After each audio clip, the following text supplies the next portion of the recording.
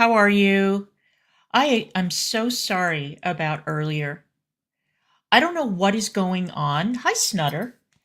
Um, but there's like a weird connectivity issue that I don't know how to fix. And so, anyway, it's fixed again.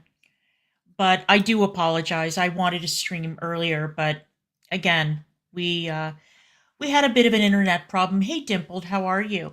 It's good to see you guys. I appreciate your being here, even though the latest accusation against me is that I'm in the Ku Klux Klan. And definitely not a racist anti Semite would make that accusation about a Jewish woman.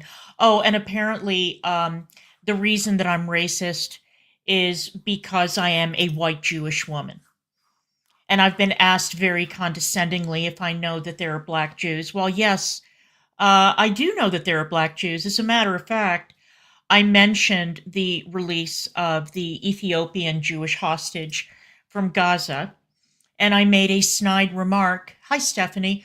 I made a snide remark about where are the BLM people, that all black lives matter unless they're black Jewish lives, evidently. So, yes, I'm well aware of the fact that there are black Jews, and thank you for speaking down to me.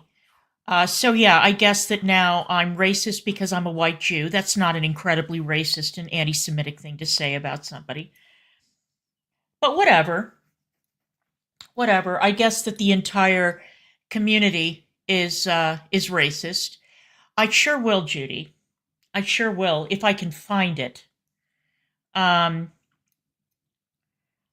but yeah, definitely. But I told you guys.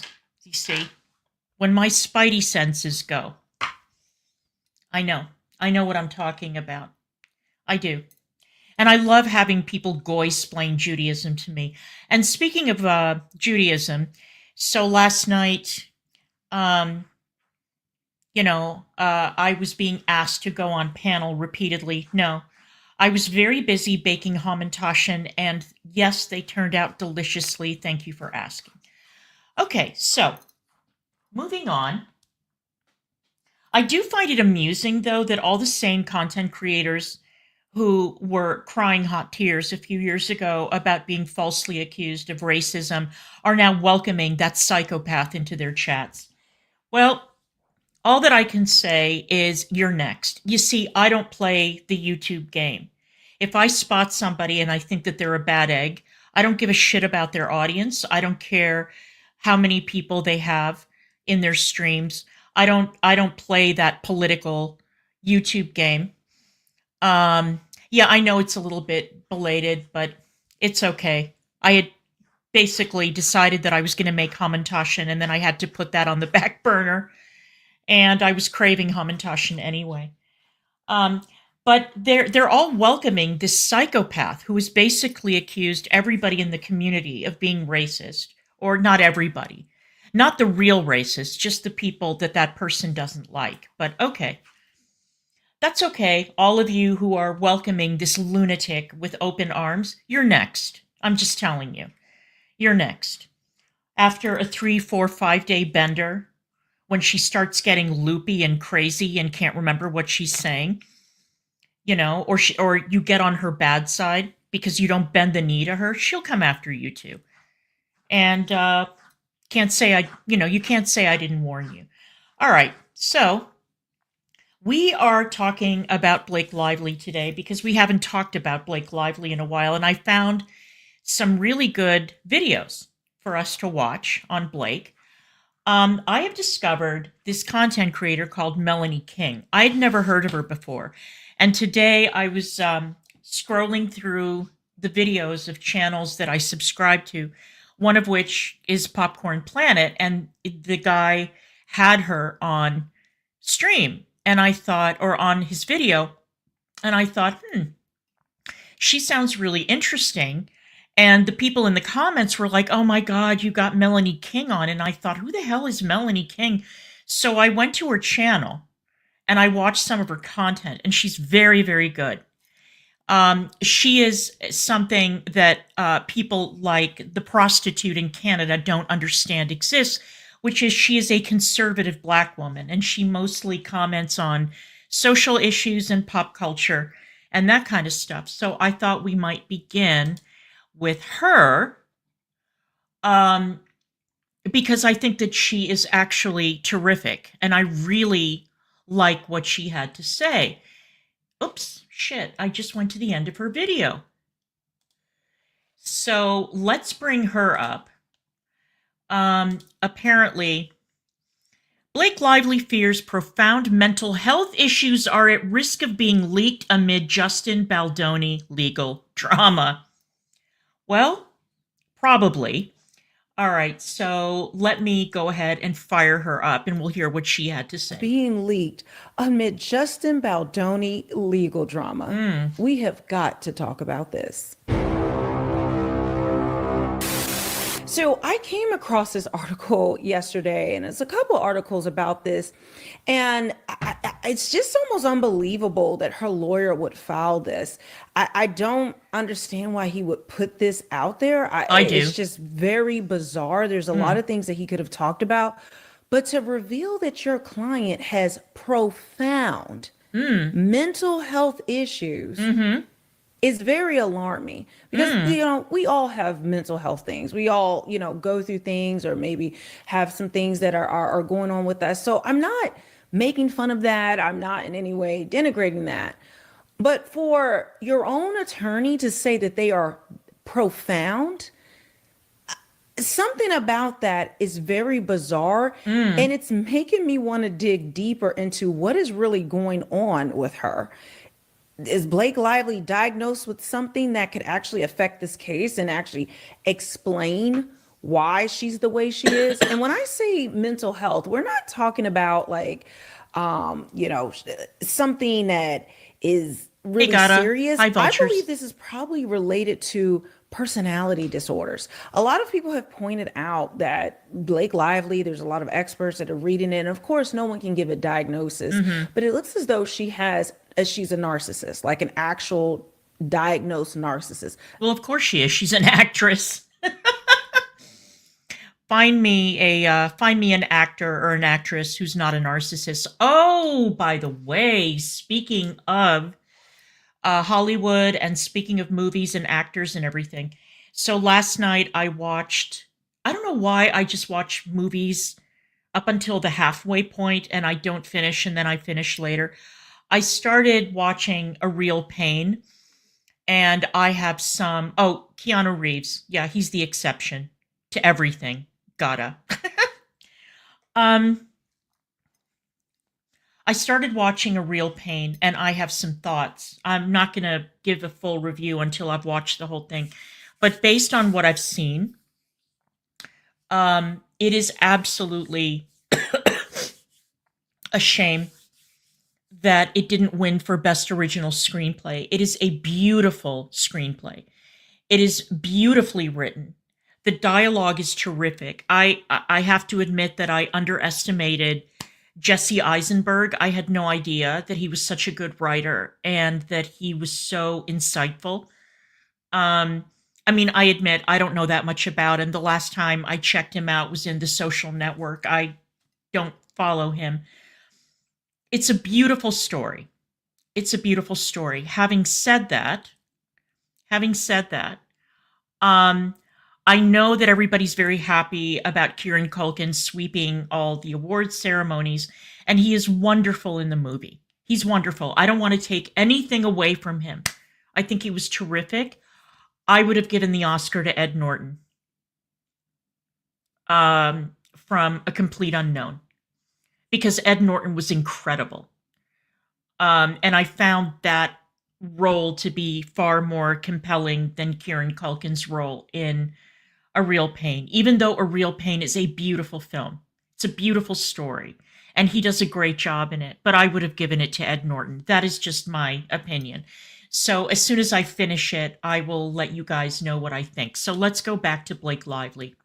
Again, I don't have anything, concrete about that, but it's the same way we would see with Amber Heard and how everyone could see what was wrong with her. Yeah. But then when the therapist, the psychologist was brought in to testify about Amber Heard, who actually, I guess, did an evaluation of her. Mm. And then she went on and talked about not only being a narcissist, but actually having histrionic personality disorder. We There could was a whole tell. array of things. And then once you looked at the actual symptoms of it and you compared it to Amber Heard's behavior, Hmm. it was like shocking to see how much her behavior lined up with this. Yep. And now let me just say this. Having a mental health disorder does not excuse you in any way from what you're doing. And in fact, I personally believe that Ryan Reynolds is not only a narcissist, but I believe he is a psychopath. Now, a psychopath, a sociopath, those aren't actual diagnoses. It's part of the dark triad cluster B,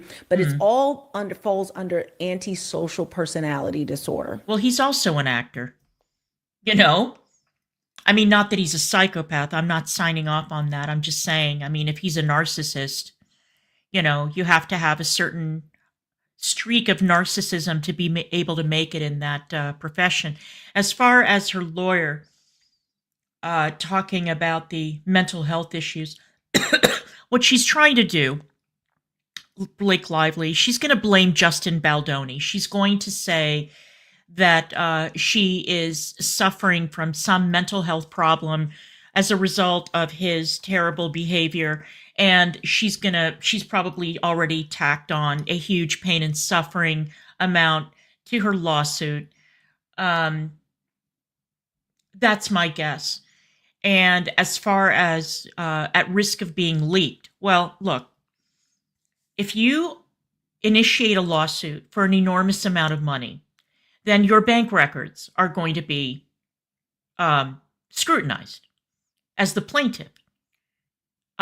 If you claim, for example, that you lost money or you lost income as a result of somebody's actions, then of course your bank records are going to be scrutinized. Obviously, if you're asking for a monetary settlement, if you are going to claim that mental health problems were brought about because of somebody else's actions, then of course your medical records are going to be subpoenaed, obviously. And if you're afraid of them being leaked, then, you can file a motion for a gag order. Or keep those records out of the public eye, because once something is part of a legal proceeding, it goes public.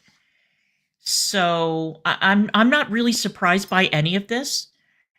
But let's continue. Okay, so being antisocial, but as the common person may, know it as, is being a psychopath or a sociopath.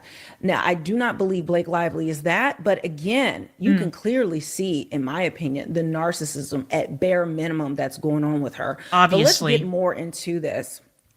As like I said, a lawyer wouldn't just put this out here unless it was really, really damaging. Blake Lively and Ryan Reynolds are moving to protect their text messages and sensitive data amid their legal battle with Justin Baldoni. I'll bet they are. The couple has filed a request to keep their texts with high-profile people confidential, citing concerns that Baldoni's camp may leak them to the press. Absolutely no fucking way. Absolutely no way. We know what they're trying to do now. They're trying to stuff the toothpaste back in the tube. They don't want those embarrassing text messages that were exchanged with probably Taylor Swift, Gigi Hadid, these other people to come to light. Well, maybe they should have thought of that beforehand, huh? Let's continue. You know what's crazy? They want to keep conversations and things private, but they wanted to get 2 years of every text message that he's ever sent, any conversation, which would have gone public, wife, even with, the doctor. Yep. They wanted all of his information, but now they're moving to protect theirs. And most people believe that they're talking about the high profile person they're trying to protect is Blake Lively. I mean, not Blake Lively, Taylor Swift. Absolutely. But I don't think it's just Taylor Swift, guys. Among they're connected others. to a lot of people. Yep. And especially Ryan Reynolds. I think we will see some very scary, dark, perverted, gross things, and it will just set Hollywood on fire. I think, and they're probably also trying to protect any messages that were exchanged with Ari Emanuel. That would be my guess as well. I'm just saying. All right, let's continue. There are a ton of actors and agents and celebrities and That's right. producers. I mean, I'm pretty sure there's side chicks on Ryan's side, side dudes. You know, he talks about how him and Hugh Jackman are married. Basically, they are a couple in a marriage. A That lot was of a people joke. believe that he is. How you doing? And that is something I've that never I heard believe as that. well. They've talked about how Taylor Swift been in these lavender relationships. That most of the guys she's been with seem to be a little on the twink side, a little bit. Like Travis Kelce? No. Although I have heard that Taylor Swift, I've heard that about the lavender relationships. I heard that, she was involved with Carly Close before she married, what's his name? Um, Ivanka Trump's husband's brother. Is it true? I don't know. I've just read about it. I can't verify. But I'm sure that there are a lot of very, very embarrassing revelations in those communications. I'm guessing. How you doing? Bi or gay or whatever. And that they're just beards. A lot of Taylor Swift's fandom believes that she likes women. Like Yeah, this is a huge thing that it I did is. not know about until I got into this case. Yep. But a lot of them believe that she is, that all of her boyfriends are just beards. And you see that with Travis Kelce, where he's only dated like thicker black girls and was all in the black community. And then suddenly it just switched up overnight and he's with Taylor Swift. Yeah, but those fake publicity relationships are so common. I mean, be honest. Does anybody really believe that Timothy Chalamet and Kylie Jenner are in a real relationship? It is so unbelievable. Like, it is so obviously set up for publicity reasons, and it's not the first time the Kardashians have done this, where they basically, found a guy and, I don't know if they probably signed contracts and NDAs and whatever. They tried that with, uh, what is her name? Not Kylie, the model, the sister. And there have been a lot of rumors that the sister, the model, whose name I can see her face. Would somebody please help me in chat? This is really embarrassing. Her name has slipped my mind. Kendall, thank you. Thank you, Kay. Yeah, Kendall Jenner is also gay, and that these fake relationships that she has with basketball players or whatever are entirely manufactured and contractual and all that. But Timothy Chalamet and Kylie Jenner, no, absolutely not. Is it possible that this Travis Kelce and Taylor Swift relationship is fake? Sure. I mean, anything is possible. And a very PR stage relationship, in my opinion. But let's continue. However, Justin Baldoni's lawyer, Brian Friedman, has hit back at Blake Lively and Ryan Reynolds, calling their proposal unnecessary. Look at what in the world? Lively and Reynolds want their conversations kept private as their ongoing court battle with Baldoni wages on. At a hearing in Manhattan federal court on Thursday, attorney Meryl Conant Gavernsky said that the couple wants a protective order put in place before they divulge conversations with high-profile people about Lively's time on It Ends With Us, as they fear Baldoni could leak them to the press, per Rolling Stone. Yeah, I mean, they could get a protective order to protect the confidentiality of any piece of evidence that that they submit. You know, medical records, all kinds of other stuff. They could do that. They could file for one. Whether they would get one is another matter entirely. He's going to leak it to the press when you actually ran to the New York Times with all of these, in my opinion and most people's opinion, fake claims, false That's right. MeToo claims. Yep. Not even showing the full the full text message chain. Yep. Like it's just hypocrisy is just astounding. The lawyer explained in court that such texts would have high PR value, whether or not they're relevant to the fact of the case. There is a significant chance of irreparable harm if marginal conversations with high profile individuals with no relevance to the case were to fall into the wrong hands, Well, they should have thought of that before. Gavrnsky said. There are 100 million reasons for these parties to leak information because the PR value is greater than complying with the court's orders, the attorney said. According to the news outlet, Lively's attorneys, I cannot look at that ad. According to the news outlets, Lively's attorneys went further to urge Judge Louis Lyman to place an extra layer of security known as an attorney's eyes only category for Okay. which texts and as well as information on the parties' mental health and security measures they've taken amid the feud. Okay. Like, wouldn't a lot of this, they want attorney's eyes only, so he can't know what's going on in his own case. He can't see what's going on and how it relates to things. I just find this asinine, the thought that this would even be approved, but we will see. It could be. Gavrnsky stressed that such a designation be placed on information that included speaking about children, profound mental health issues, or locations of private residences or homes. So That's they basically, interesting. okay, like, we don't need to talk about your kids.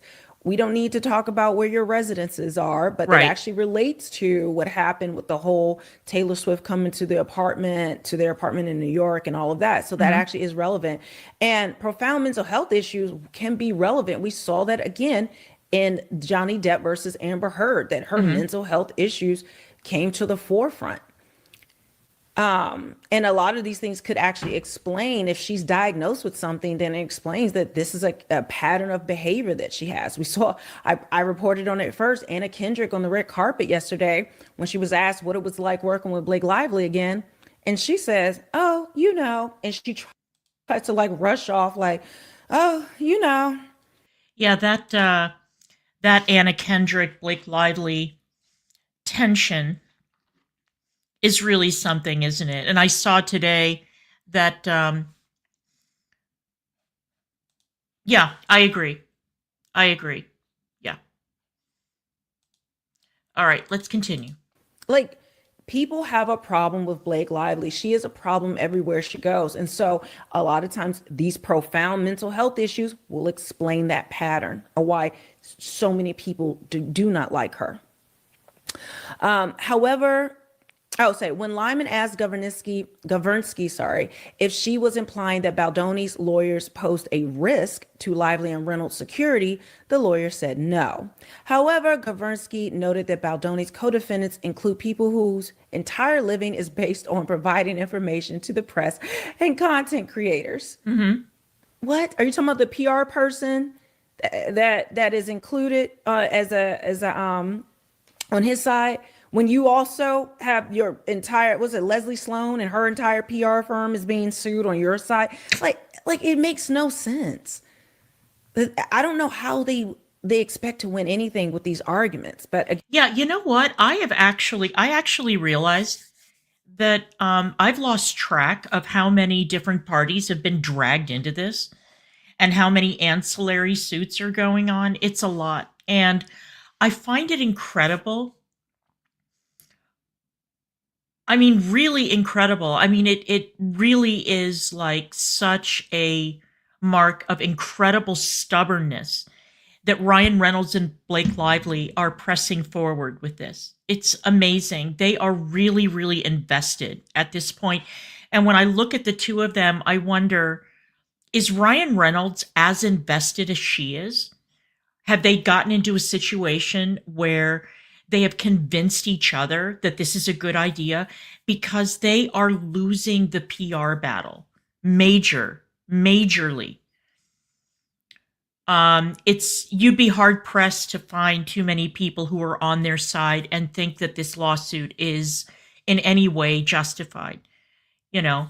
And I think that they assumed that because Ryan Reynolds is such a big star, and because she's her, that they would be able to get away with this and they would be able to hobble Justin Baldoni because he's such a nice guy, right? or he has a nice guy demeanor. And he's not as famous. He's obviously not even close to being at the same level as they are in terms of the Hollywood pecking order. And that they would be able to get Ari Emanuel into it and all this other dirty shit. And it all comes out and it makes them look worse and worse and worse. Again, we have seen crazy things happen in these courts, and it doesn't always go the way we as people can see, like how justice should come out. It's happened over and over again. Baldoni's lawyer, Brian Friedman, has hit back at the power couple's request, saying it was unnecessary and offensive that anyone would suggest that we would disregard a protective order. Yep. Friedman added that Lively and Reynolds' plan would unjustly treat celebrity people and people who are powerful in the industry differently from others. Right. Why do celebrities get special treatment? You don't care about regular people's text messages. How come it's just these powerful celebrities? Why would the law protect them special above the rest of us? None of us. Again, it's not really about being a celebrity. It can be done. It can be done even if you're just a regular Joe in a lawsuit. Would get this type of special treatment. So how is that fair? Why would that make any sense? He also explained that a so-called model protective order that has been submitted to the court to bar the leaking of sensitive information in the case already provides sufficient protection. My clients have the right to defend themselves. They have a right to transparency, he told the court per the New York Post, adding that his proposed setup is not meant to be abusing Lively. She is just a permanent victim. Judge Lyman didn't immediately pass his ruling, saying he'll give his view soon. However, he warned that since the case has garnered public interest, there is a presumption of public access to federal courthouses. Lyman added that the existing terms of the proposed protective order would already bar third parties from leaking sensitive information to the press, adding that any such leakers could be held in contempt of court, thereby risking a fine or even jail time. There you are. This comes after Lyman suggested on Tuesday that he may dismiss the New York Times as a defendant in Baldoni's lawsuit against Lively, which it's a whole nother thing I got to get into. That's about interesting. The New York Times case being dismissed, which is, oh my gosh. But it doesn't block them from refiling. They may, like, once you get more information, more discovery, they can actually, Justin Baldoni could actually refile his lawsuit. Okay. It just maybe initially with what he knew, the information that was given, the evidence that he had, that when it was filed, the New York Times had enough to fight back against that. But again, we'll get into that another time. He subsequently followed up with a $400 million, blah, blah, blah, lawsuit, blah, blah, blah. However, Judge Lyman said the New York Times February 28th motion to be excused from the case offered a substantial grounds for dismissal and a strong showing that its motion to dismiss is likely to succeed on its merits. Guys, like, even if it's dismissed, it doesn't mean that they still will not be sued, that they can't be refiled.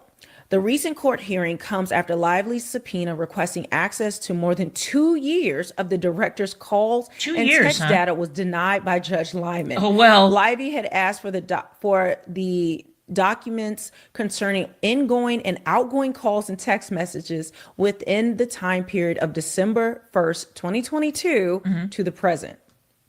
But now she wants privacy for her high-profile friends and all of her profound mental health issues. You know, it's just legal wrangling. This is standard operating procedure.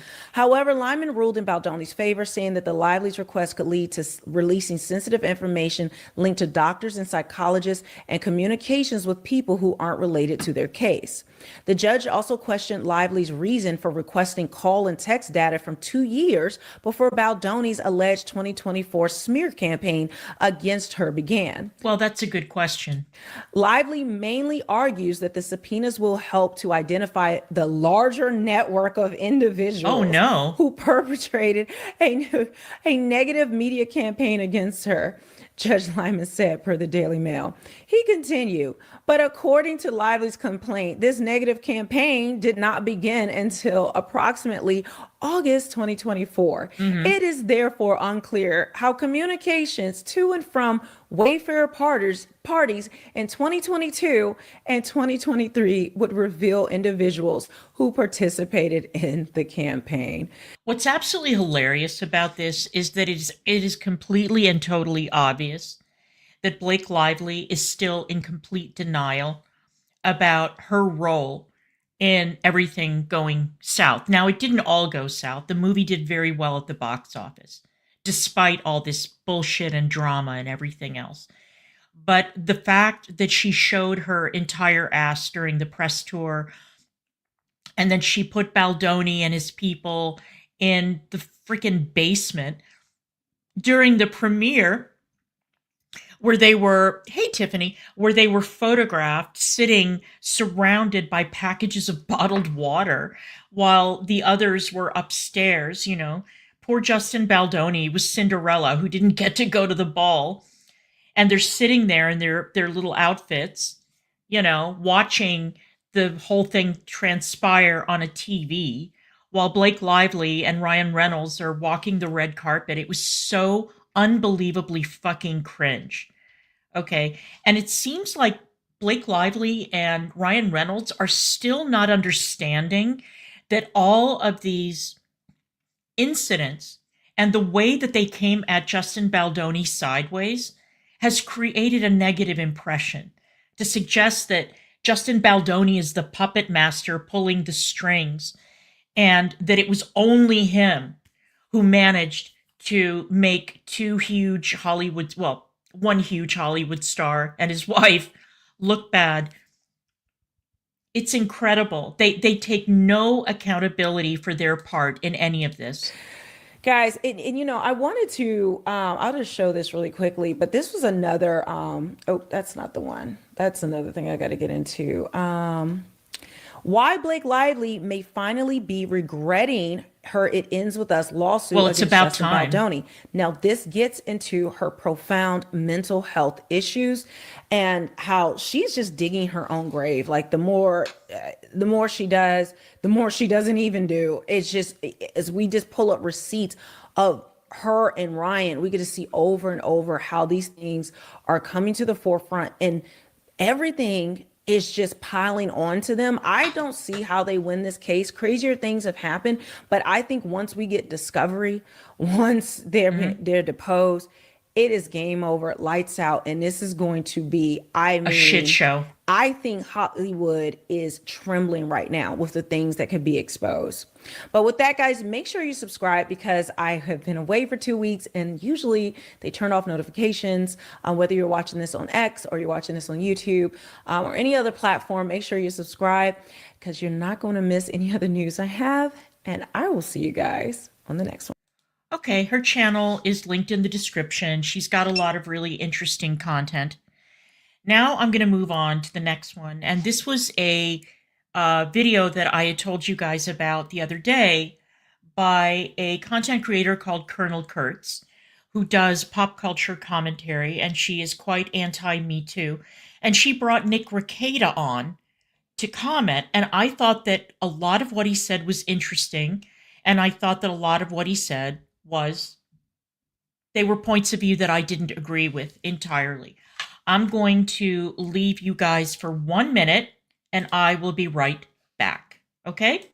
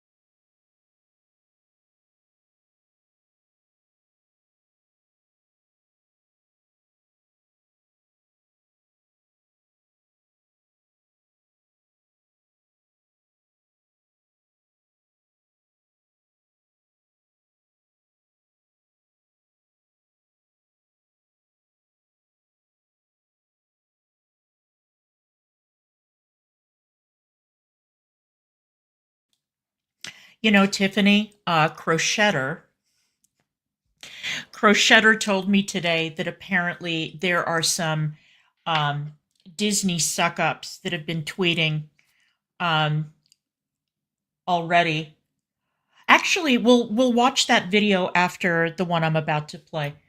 Let me fire up this next video, and then we'll watch the hilarious spectacle of people trying to convince everybody that Snow White is a wonderful lark of a film.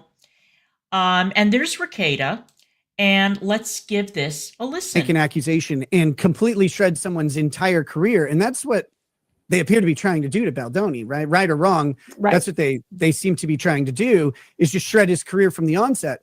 And the goal of a Me Too type movement is to always have the damage done prior to the ability to examine evidence.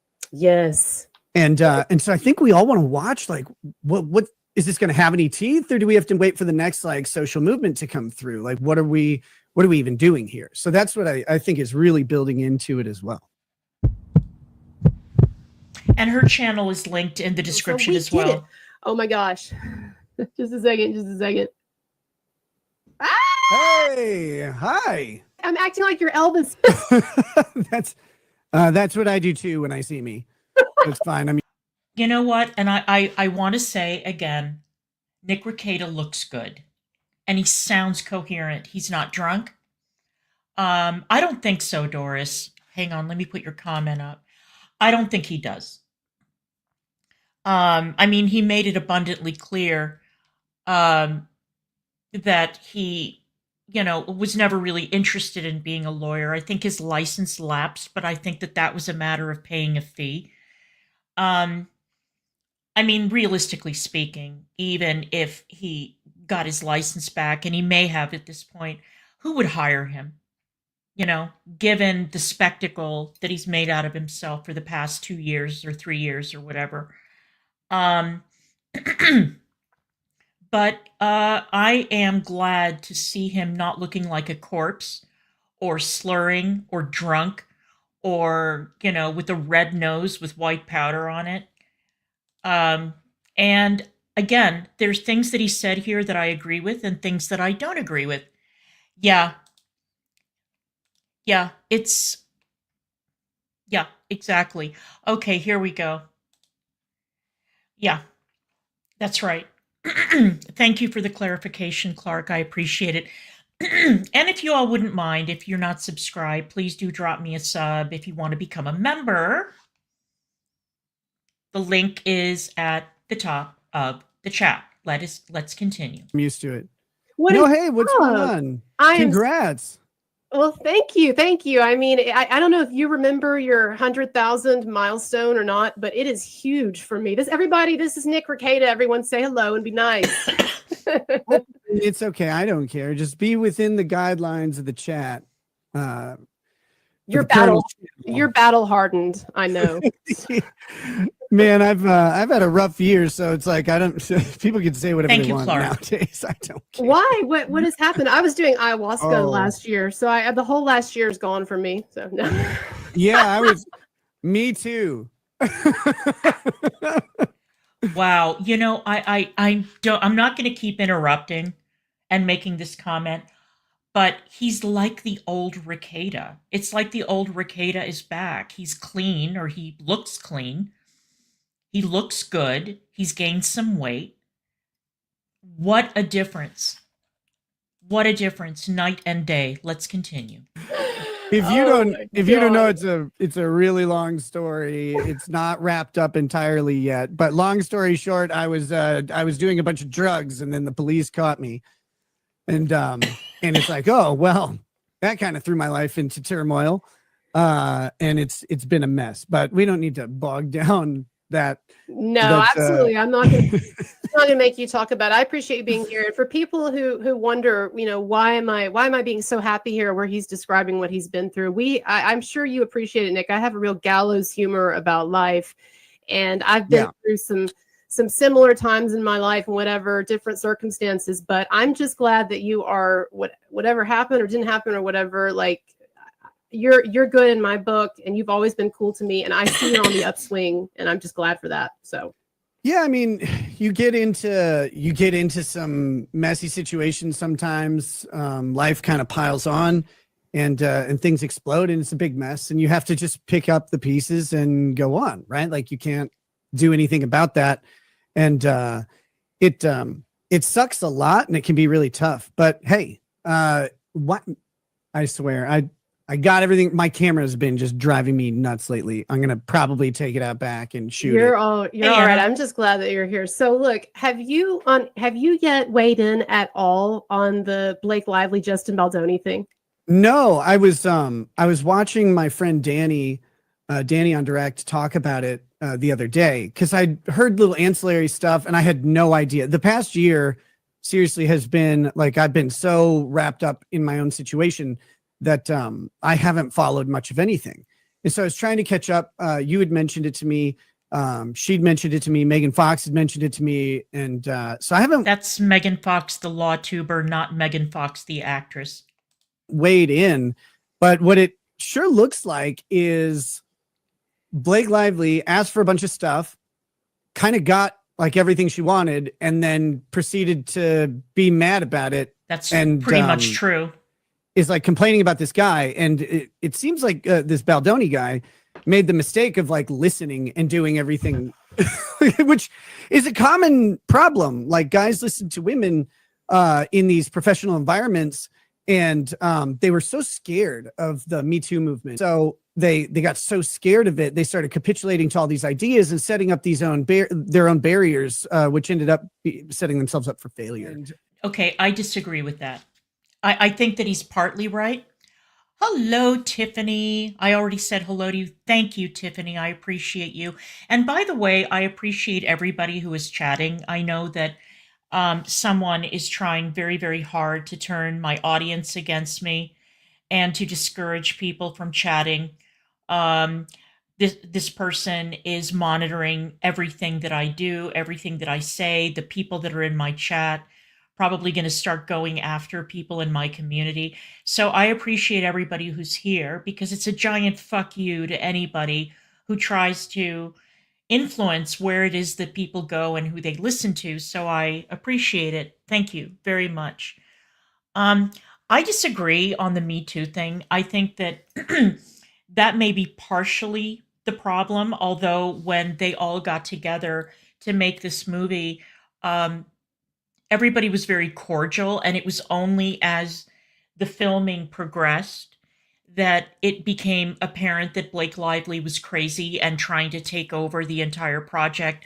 I mean, that astonishing revelation that the $600,000 that was spent on her wardrobe, that awful wardrobe from the movie, basically drained the wardrobe budget and left no money for any of the other actors to get, a proper wardrobe done.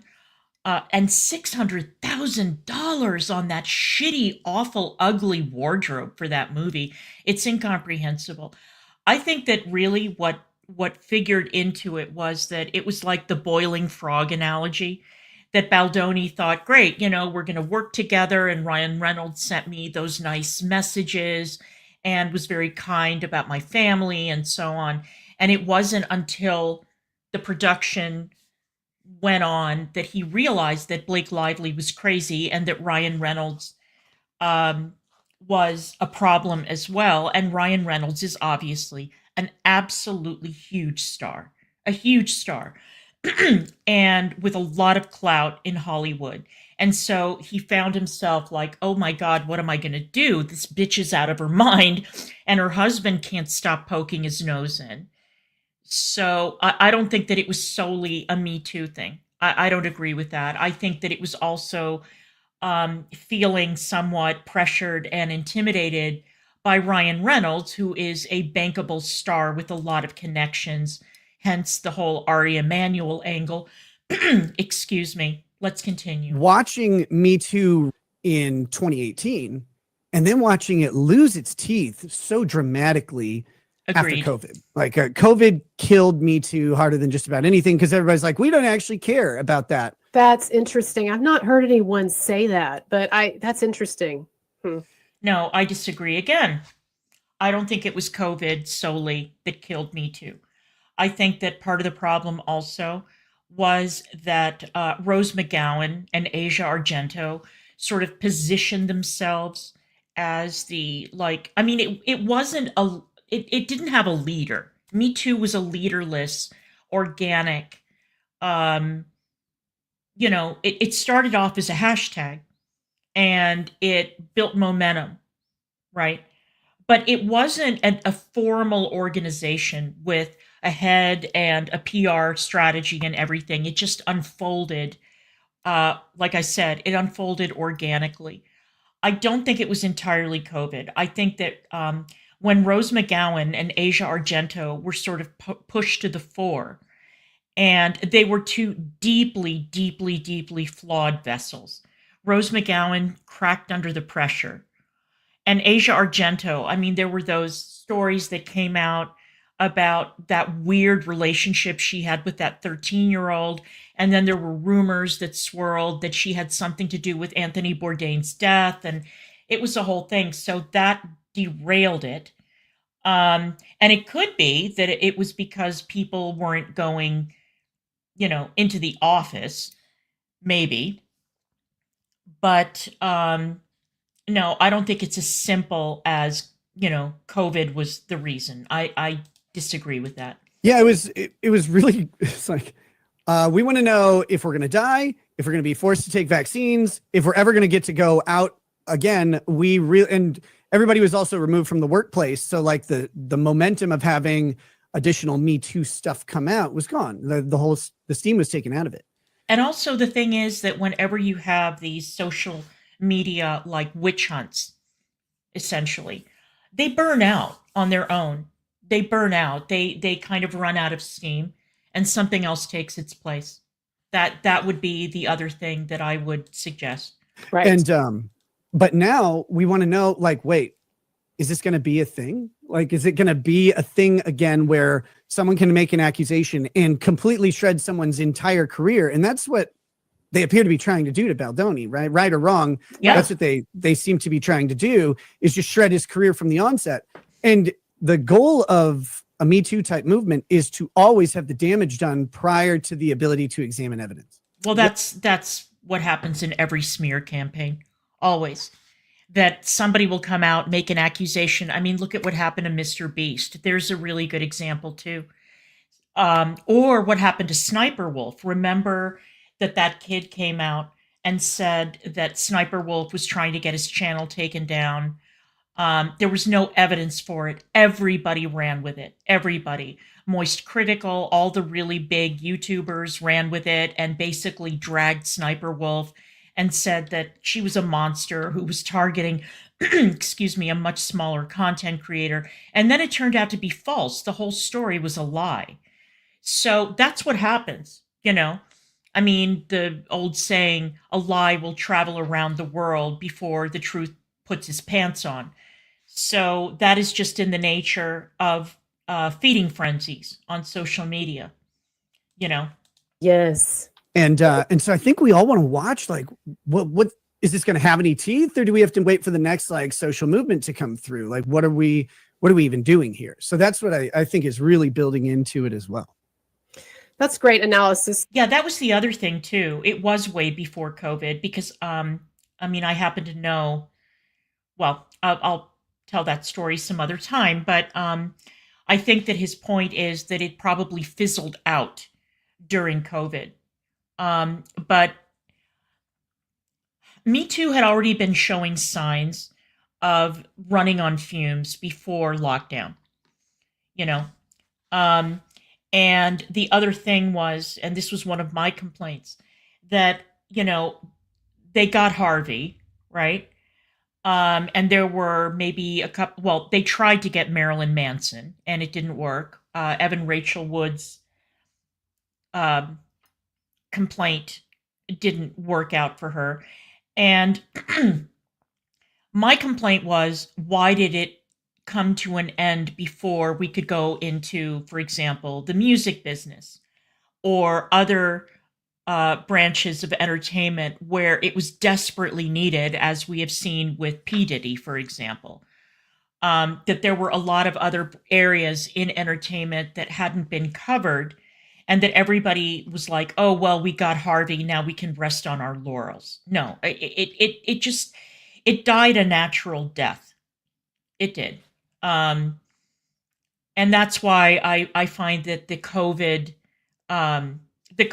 connection is probably more Nick Rekieta's wishful thinking and his own political beliefs regarding vaccines and so on and lockdown more than, actually having a connection to me. So I want to ask you two things from the perspective of a lawyer, someone who understands the law.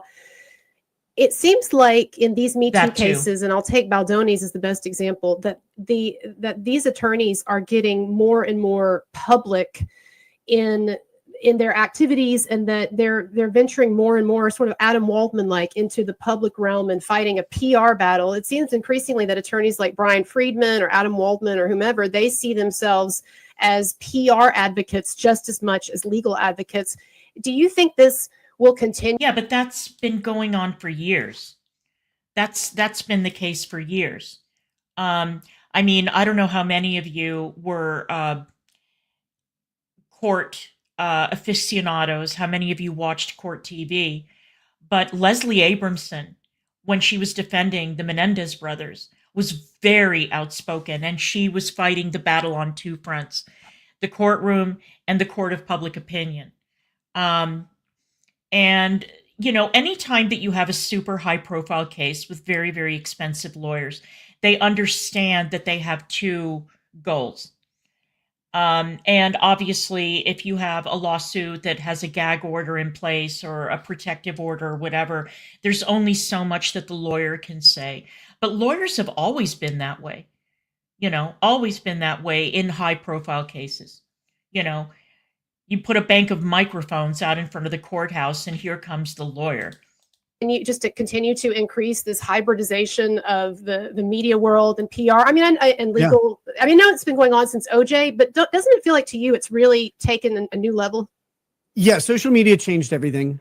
And then everybody underestimated the impact of social media because I would say that social media changed a lot, but I would also add, I think court TV changed a lot. I think that once court TV got off the ground and they were able to broadcast hearings and cases from obviously states that allowed cameras in the courtroom, that changed a lot too. And as a matter of fact, during the OJ case, one of the complaints was that all the parties involved, including Judge Ito, were very, very aware of those cameras.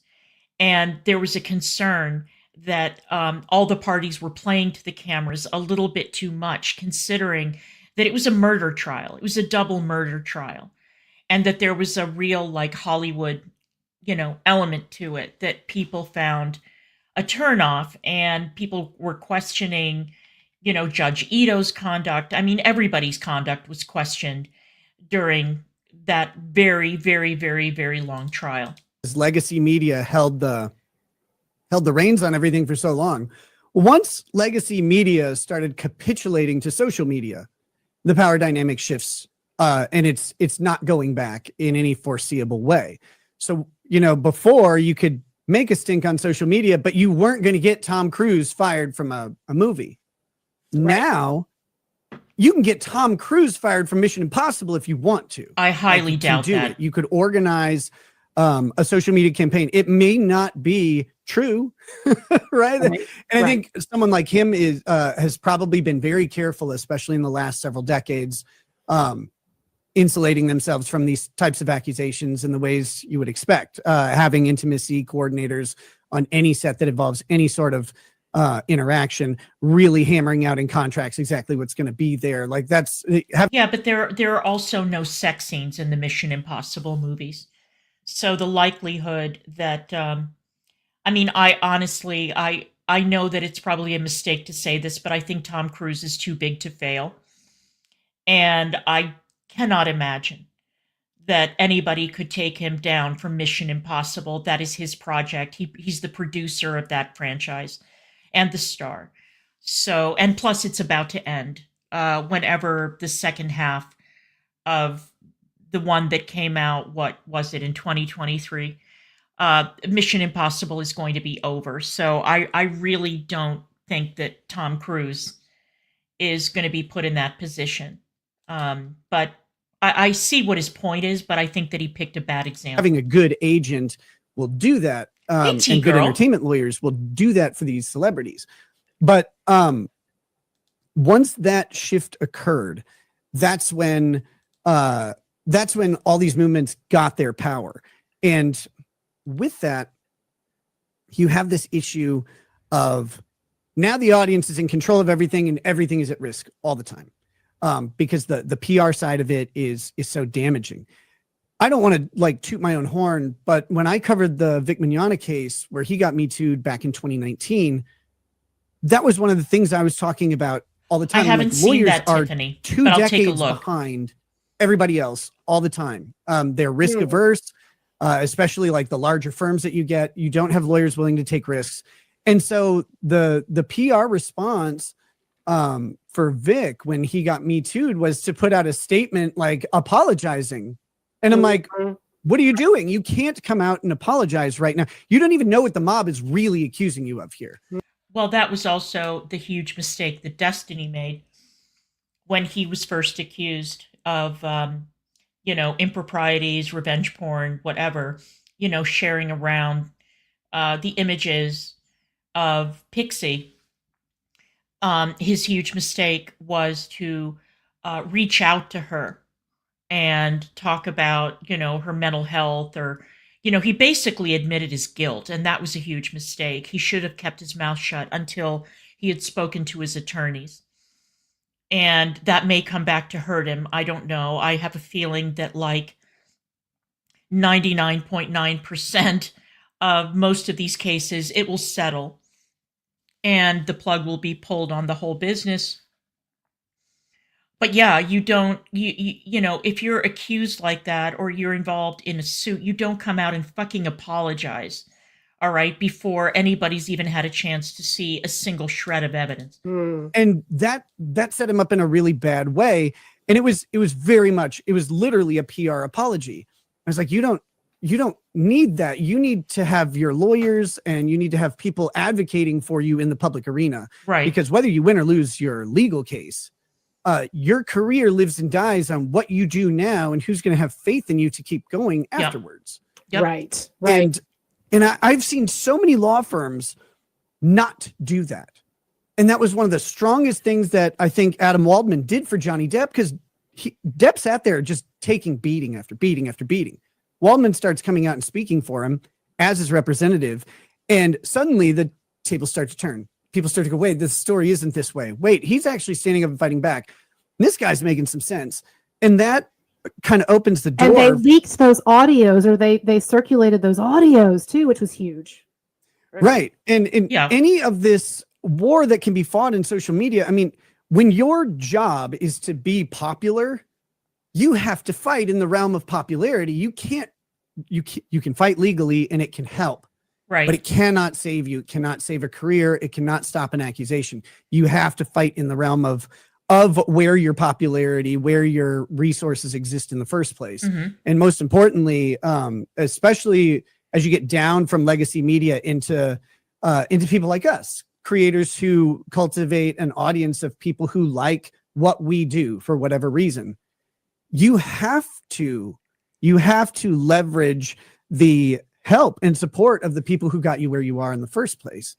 And if you don't, then I've made some decisions about that personally that may not reflect immediately what I'm saying, but like I made those decisions very consciously. I knew what I would have to sacrifice and I knew the reasons I was doing it. Mm-hmm.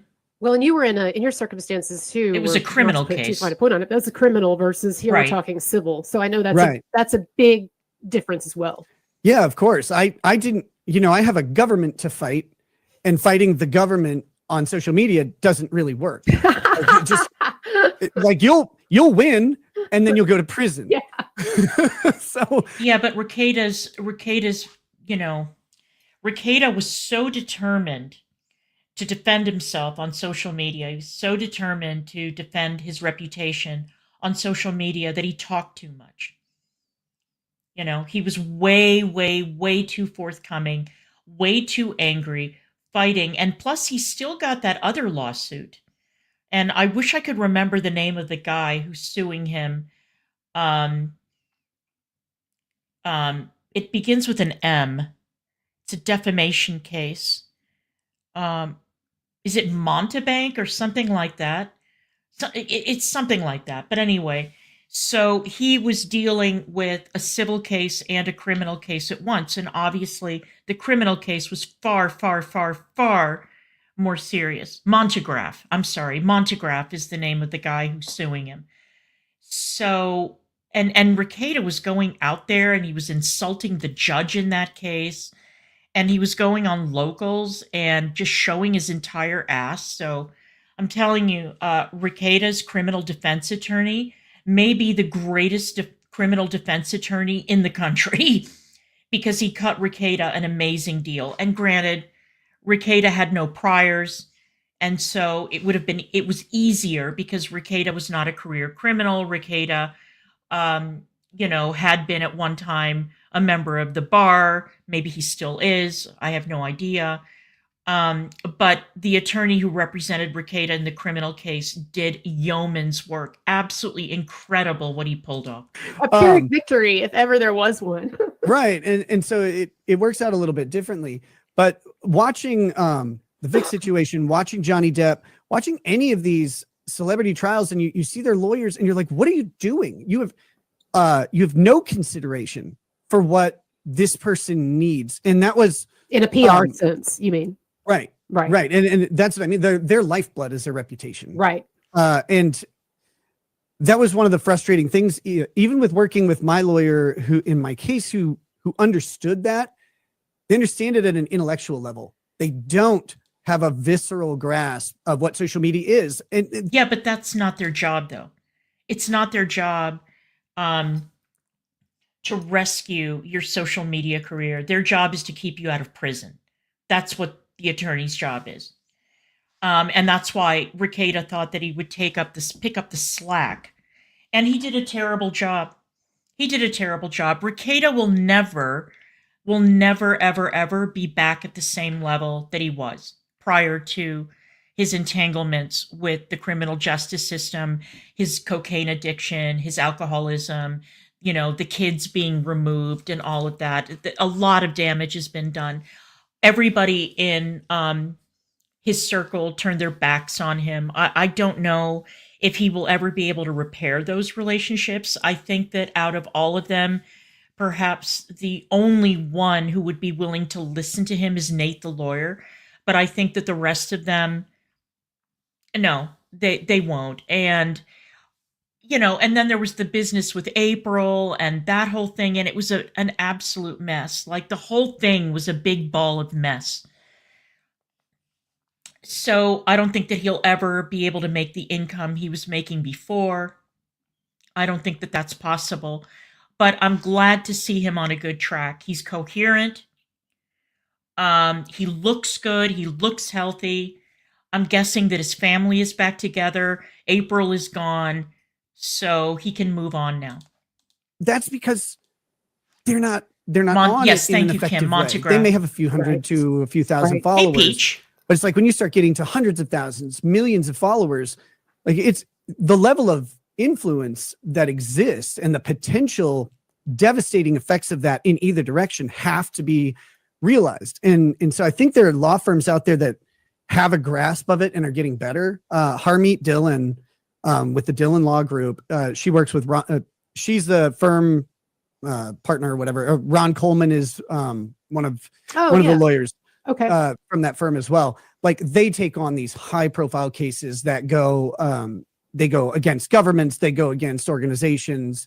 Ron Coleman's been representing Gavin McInnes for years and years and years against the Southern Poverty Law Center because they called him like a racist or something, and he's like, I'm not a racist. And this distinction, like, you've not only made me a racist, but you call me a hate group. Right. Like, that distinction has damaged me.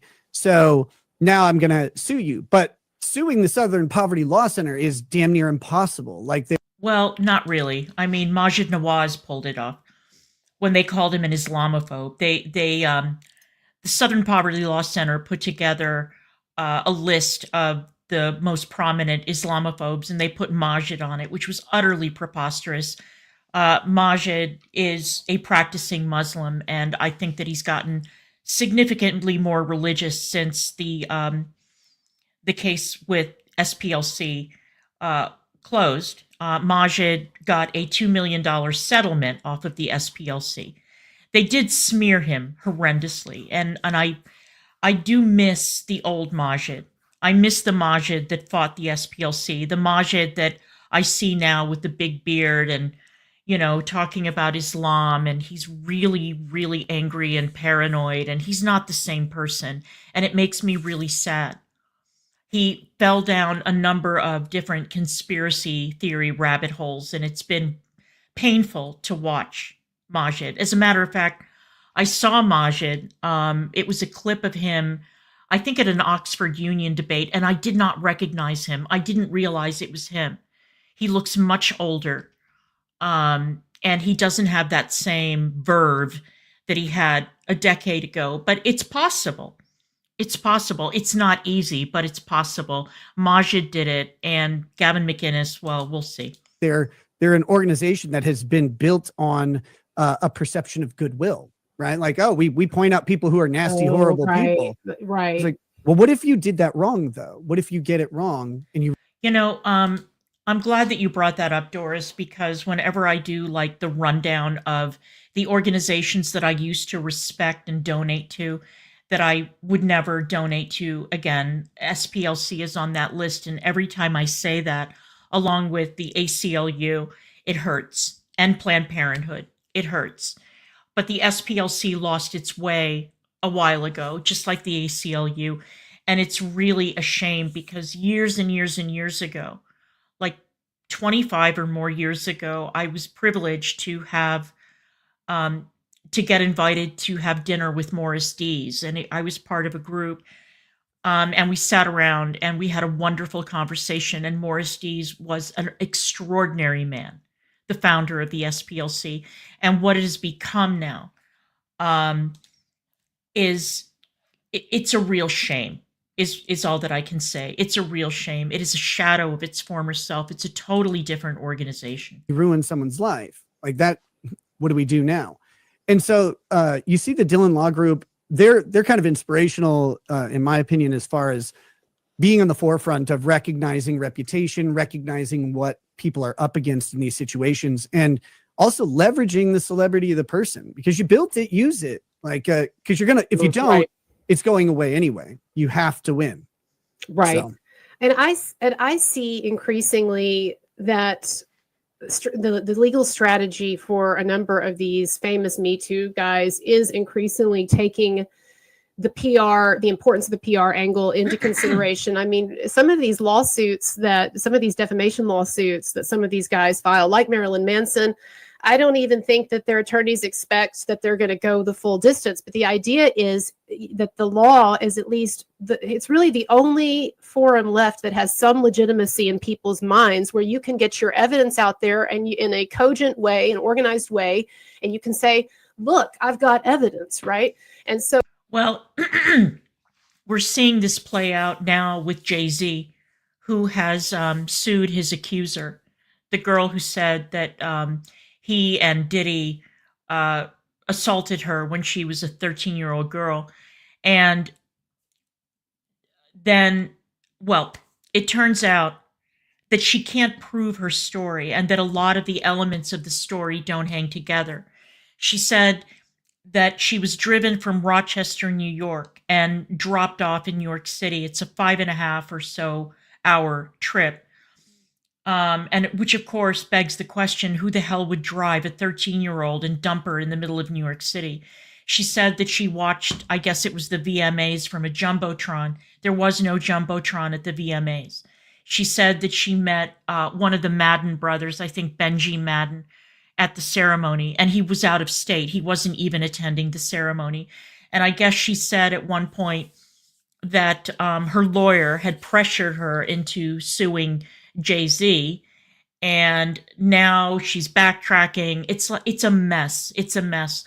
So he is countersuing her. But I remember when that story came out, everybody picked it up. Everybody ran with it. And Jay-Z doesn't give a shit that she's broke. She doesn't have any money. He's going after her.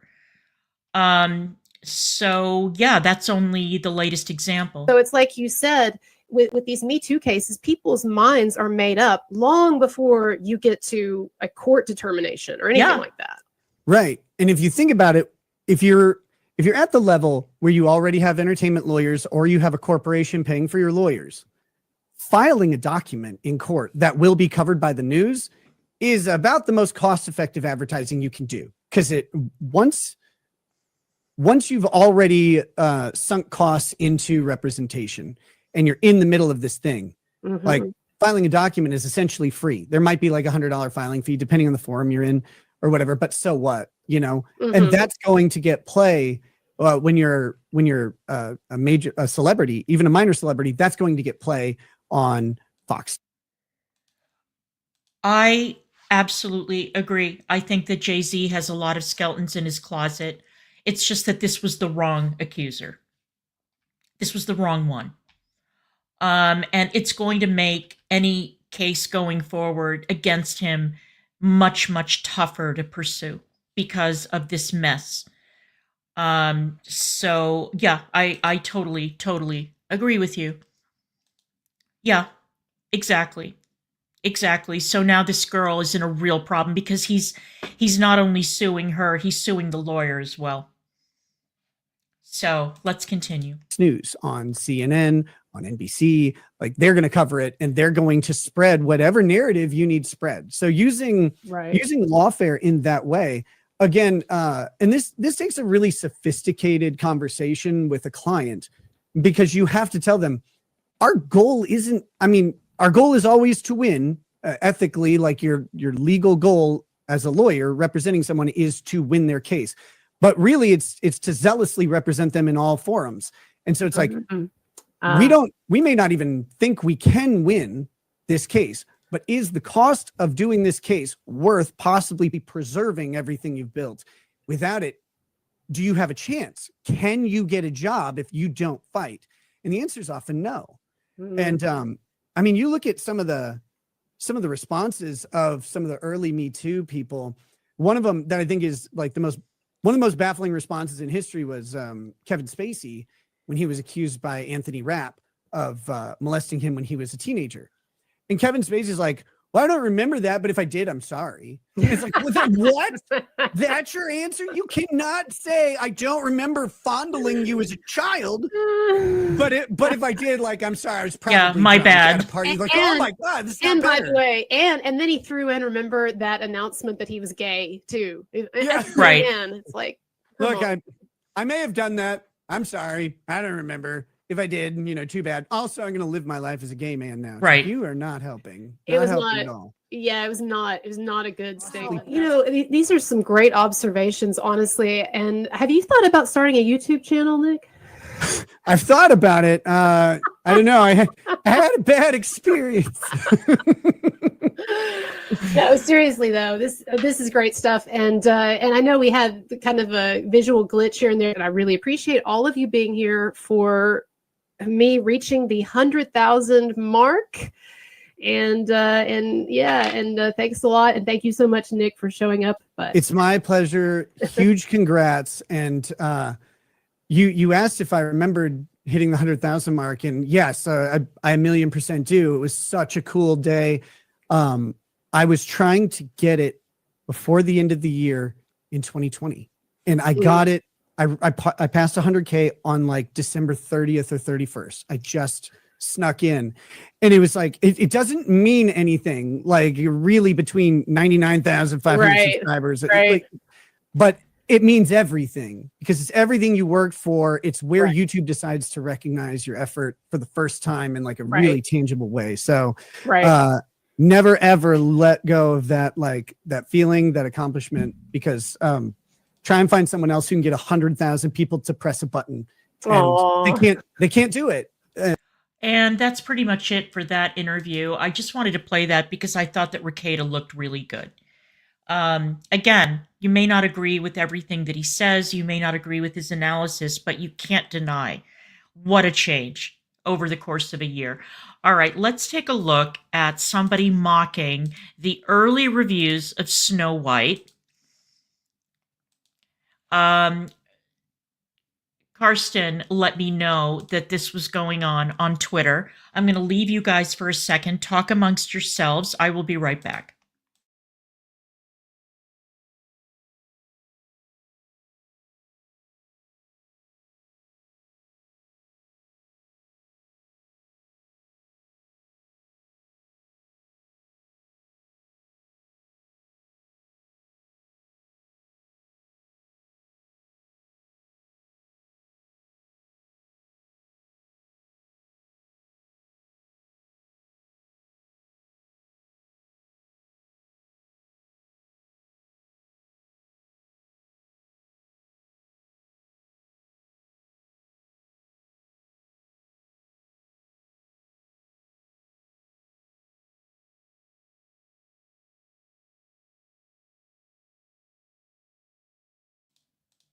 Okay, I'm back.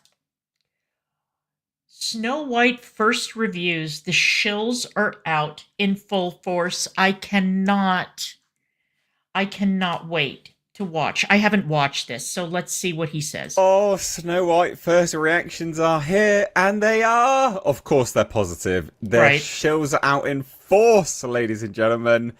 The shills are out in force. Wonderful. So funny. So bloody funny. All of this is going to be raging cope. Disney categorically hired influencers to come along to the premiere, talk to Rachel premiere. It wasn't even a premiere. Come on. Talk to Rachel Zegler and Gal Gadot. And now they're part of giving the first reactions. And It's all just cope. All of this is cope. All right? All of this is cope. It's hilarious. It is hilarious. We're going to look at the first reactions in a minute. They're obviously just nonsense and gushing, and effectively you can basically smell Bob Iger's dog shit from the noses of these influencers because they had their nose so far up his backside. Anyway, it is also important to note that the Hollywood Reporter did speak to one of the cast members of this movie, who coincidentally is actually a dwarf, who plays a dwarf, but isn't a dwarf in the movie physically, but he's doing the voice of a dwarf. Work that one out. But anyway, whatever. The whole thing's a joke. But he basically admitted, yeah, no, Disney is afraid of the blowback. So mark my words, all of this is cope. All of this is cope. All right. Anyway, hit subscribe if you are new here. Definitely turn those bell notifications on, guys. If you like what I do, support me further via my Patreon. It's down below in the description box. Here's his channel. As little as $2 a month, you can support the channel further. Anyway, like I said, all this is cope. Oh, right? No.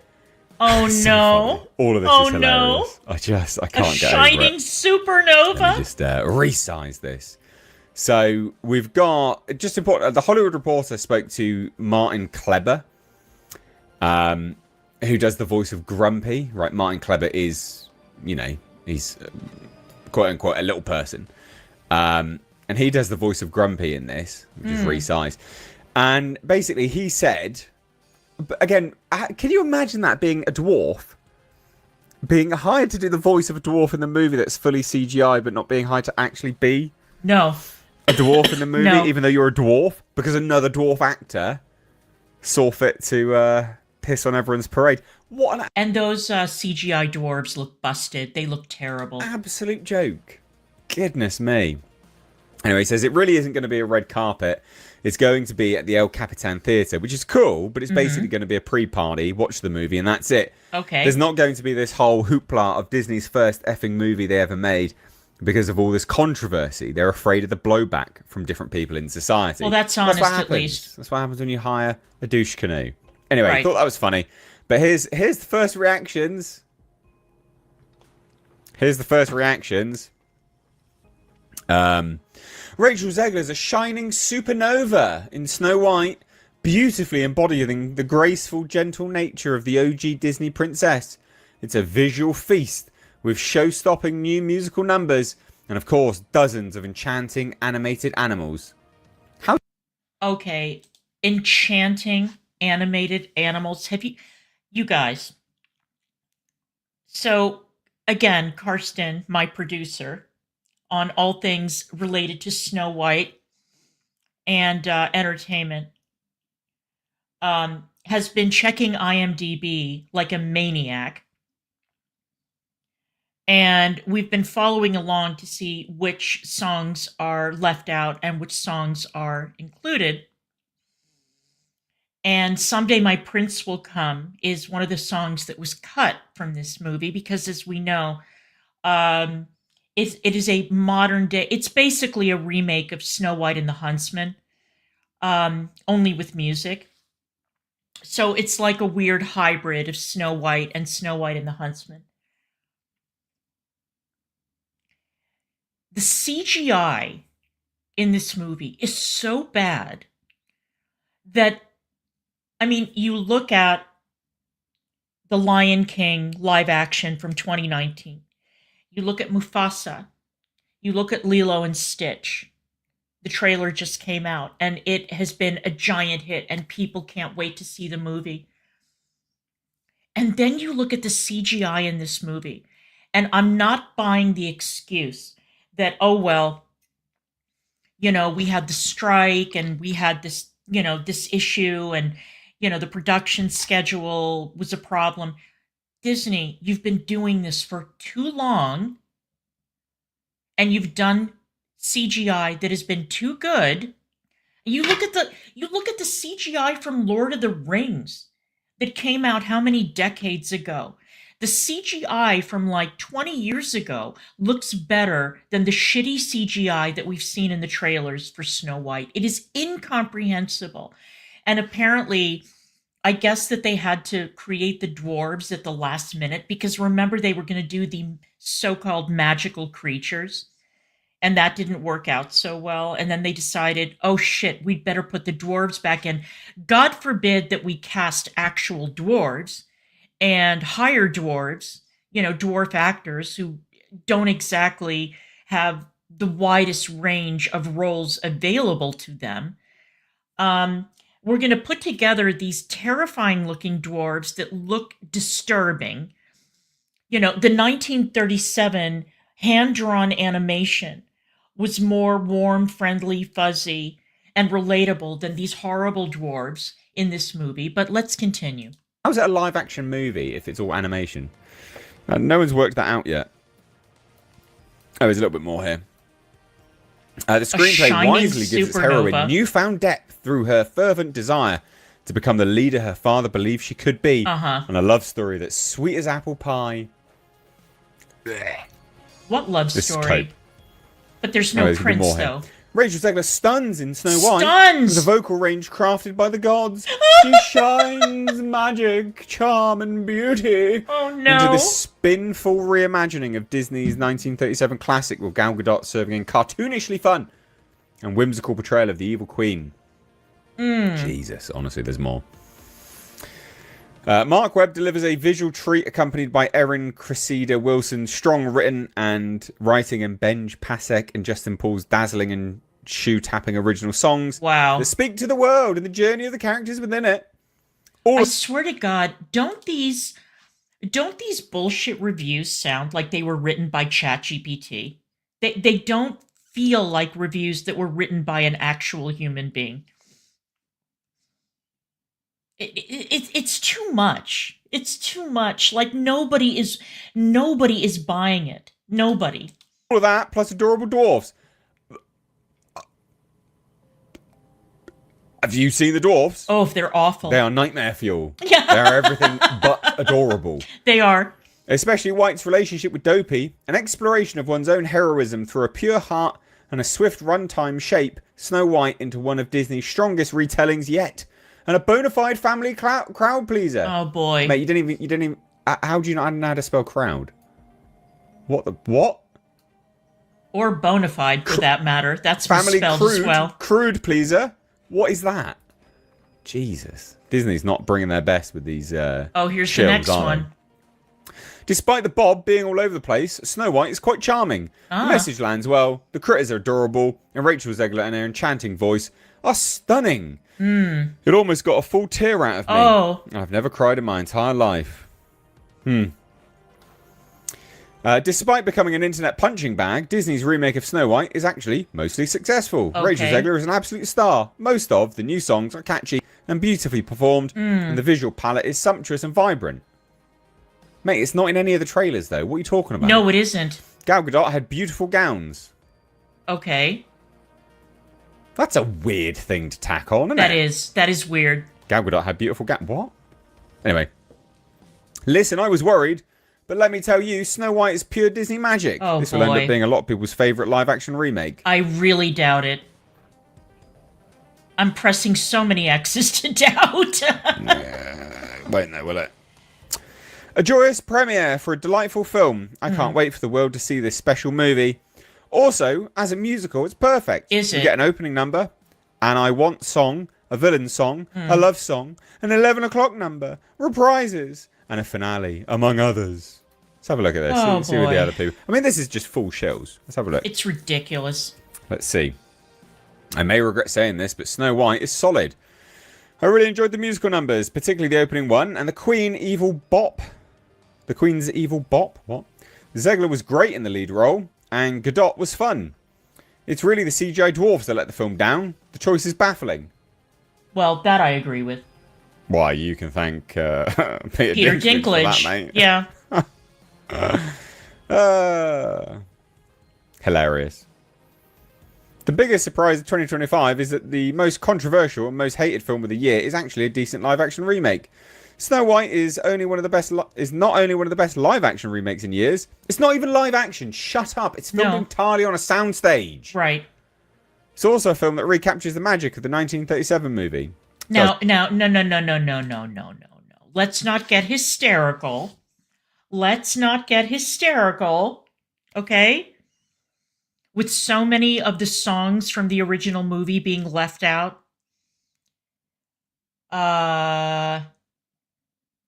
It recaptures the magic of the 1937 movie, except for the songs, which were a huge part of the 1937 movie. But, okay. Does it, though? Rachel Zegler is Snow White. Is she? Is she? And she delivers such a magical performance. The musical numbers are unforgettable. The visuals, not the uncanny dwarfs. Well, I'm sure they're unforgettable in a bad way. That's how you know the person that said that they were cute is just lying. Are enchanting, and Erin Cressida Wilson's screenplay provides depth to this world that I didn't know was needed. This is absolutely just totally retarded. It's so ridiculous. Kind of insane that this movie was the internet's punching bag for like 2 years, yet most people who've seen it say it's one of the best remakes. Yeah, whatever. Really? Listen, I was worried, but let me tell you, blah, blah, blah. God, there's a lot of people sucking down on Rachel Zegler now, aren't they? It sounds terrible. Did you see that she was cast to play Evita? I mean, okay. All right. Good for her, I guess. Meanwhile, Gal Gadot has like 8 projects in the hopper. She's going to be playing Cleopatra, among other roles. But, okay. Go off, sis. It's so funny. Oh, wait. Let's go back here. Here's a review that looks like it was written by a human being. LOL, listen, of course, this Snow White movie is going to be trash like all the other Disney live action. Code word for mostly ugly CGI that tries to look like live action remakes. And like all those remakes, it never should have been made. That doesn't make the obsessive attacks, and I can't see more of it. It doesn't, it's not registering. But it's like, okay, well, that doesn't mean the obsessive attacks are fair. Well, we'll see. It's so funny. All these reviews, super positive. Despite usual performance of online outrage surrounding it, social media embargo has been lifted for Snow White, and reactions so far seem overwhelmingly positive, with lots of praise to the remake starring Rachel Zegler. Yeah, well, funny that mainstream media was not actually invited to it. Isn't that Luis something? Fernando. Right, interesting. So, yeah, I don't know. I mean, I'm going to go out on a limb and say it's probably dog shit, but, whatever. So grateful to be invited to see Snow White, a stunning magical movie, deeply infused with hope, and Rachel Zegler's outstanding performance elevating it to the very top of the Disney live-action tree. I mean, no, mate. No, come on. This is just absolute cope. And I know people will be looking at me going, well, no, that's cope. You're just coping for it. No, I'm really not. No, I'm really not. The thing about this movie is, and the thing about most Disney live-action movies, they have an overwhelming history of hiring people to shill for them. Right. So, no, we can categorically say that this is probably poo, but whatever. Anyway, love to hear your thoughts. Drop it down below. Take care. Bye-bye now. Yeah, okay. Well, there's that. Yeah, where is the pop socket? Where indeed is the pop socket?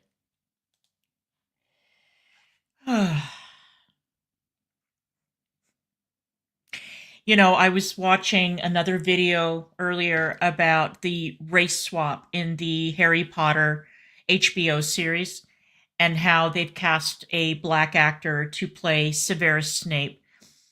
And there are a number of people who are very grumpy about it. And the Snape problem is the same problem that the Snow White issue, the casting of Rachel Zegler as Snow White has, which is that you've got two characters who are described pretty much in detail in the original stories. So in the case of Snow White, it's skin as white as snow, lips as red as blood, hair as black as ebony. I mean, it's a pretty clear description of what Snow White looked like, and there is a certain Snow White look.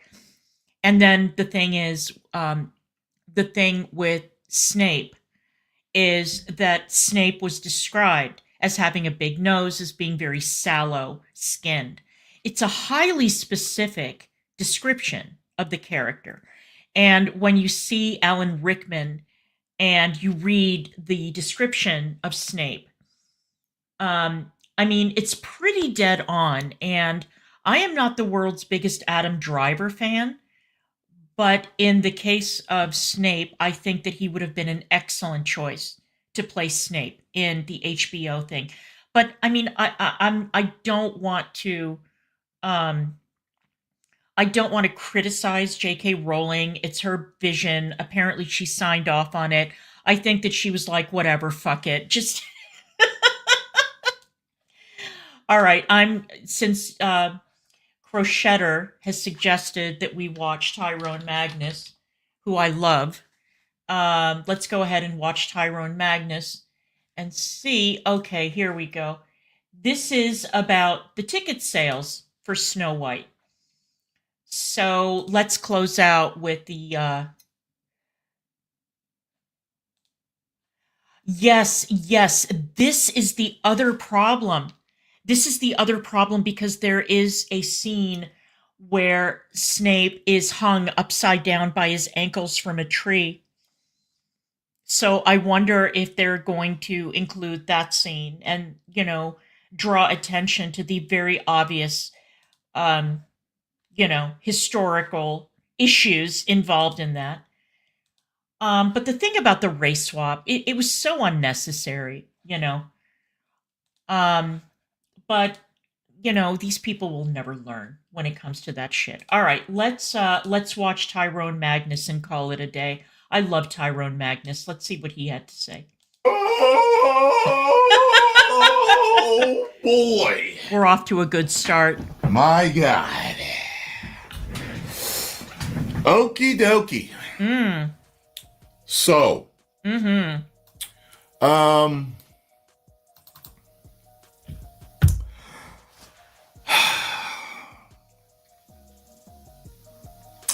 So the ticket sales for Snow White aren't doing too well So I've heard.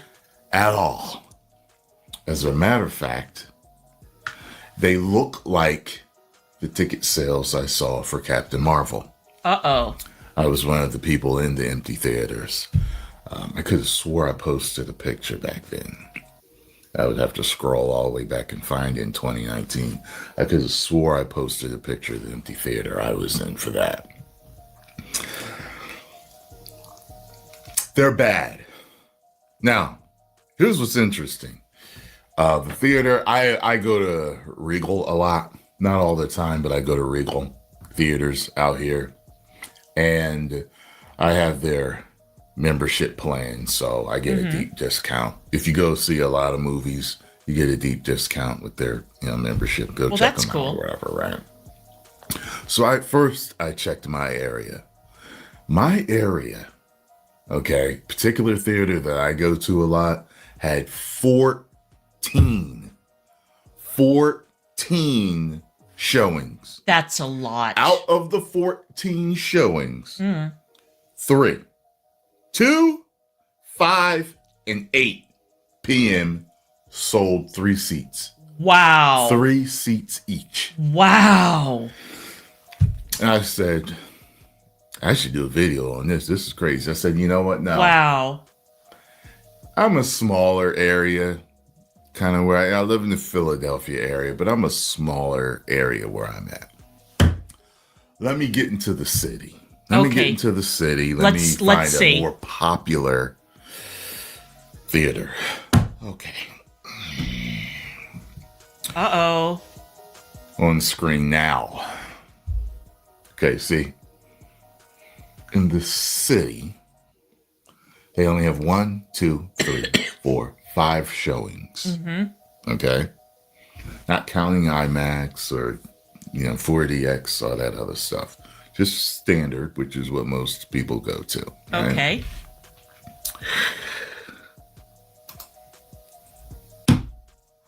At 2 p.m., you have 2, 4, 5, 6 seats sold.